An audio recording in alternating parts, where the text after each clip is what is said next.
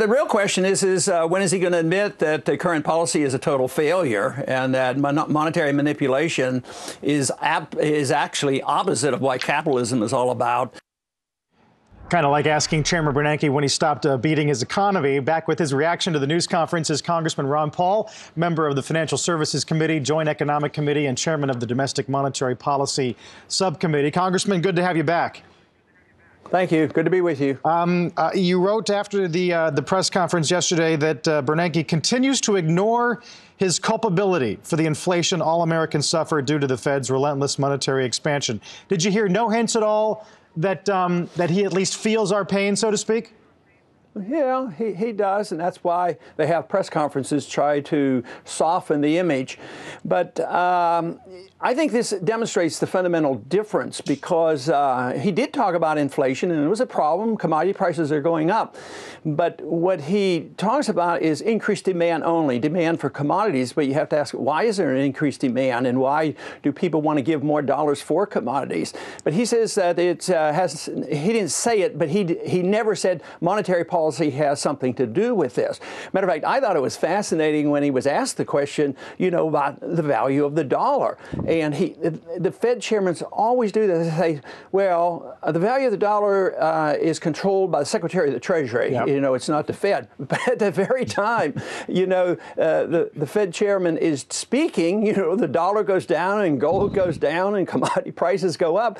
And he's the one that's most responsible, for the value of the dollar. And then as he speaks and as he pursues his when you say most responsible, you're not saying solely responsible, right? I mean, that was sort of his point yesterday, that there are other factors at work against the dollar, that the discussion we just had before the break sort of points to this. I mean, do you think the Fed's culpability is 80%, 90%, or do you think...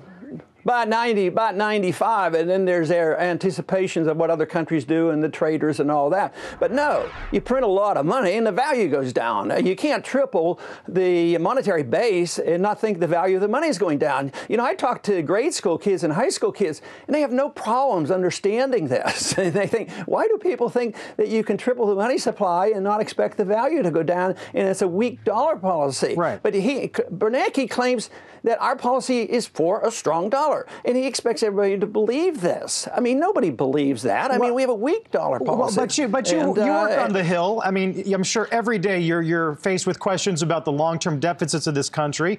Are you saying that only 5% of the dollar's weakness has to do with Congress's inability to lower our debt, lower our deficits?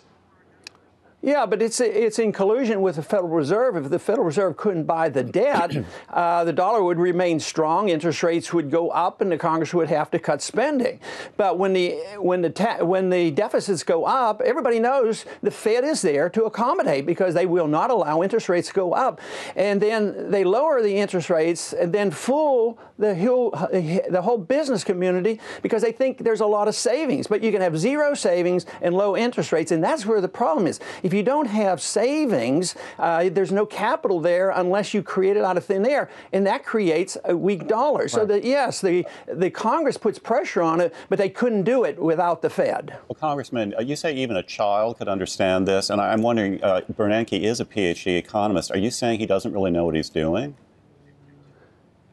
I think that he accepts a economic system and a monetary system that is unworkable.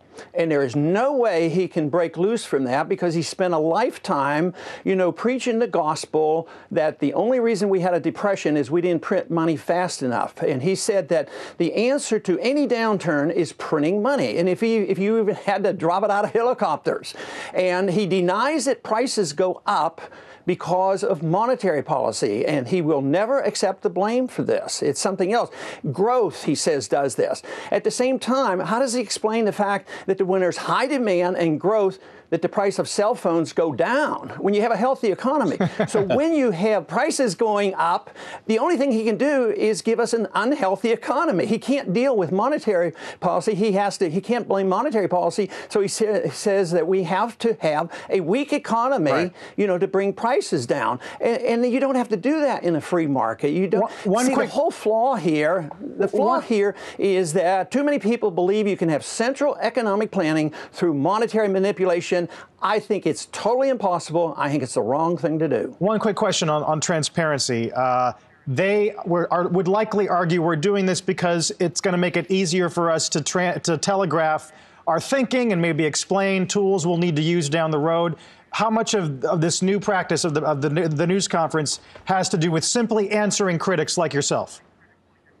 Well, I think it's very good. I think we're making progress. So like yesterday, they telegraph a little information in the market and say, wow, a lot more inflation to come. He doesn't understand why prices are up. He's going to keep printing money. The dollar goes down and prices go up. So yeah, I think it's great that you didn't have to wait till next week. I remember when they wouldn't release anything for weeks. Right. And the markets, agitated. What did they decide? What did they decide, before, 1992 or something? So I think it's all good, but it just means that we can sort out their mischief a little sooner, and the markets determine this. And I think it's great that we can do that, but it doesn't help us. It doesn't help unemployment. It doesn't stop the prices from going up from the monetary inflation. He can't stop that now. It's out there. The money is out there, and he said flat out he's not ready, for any exit strategy. He's feeling his way along, and that means the money is going to continue to flow. He can't stop what is already in circulation,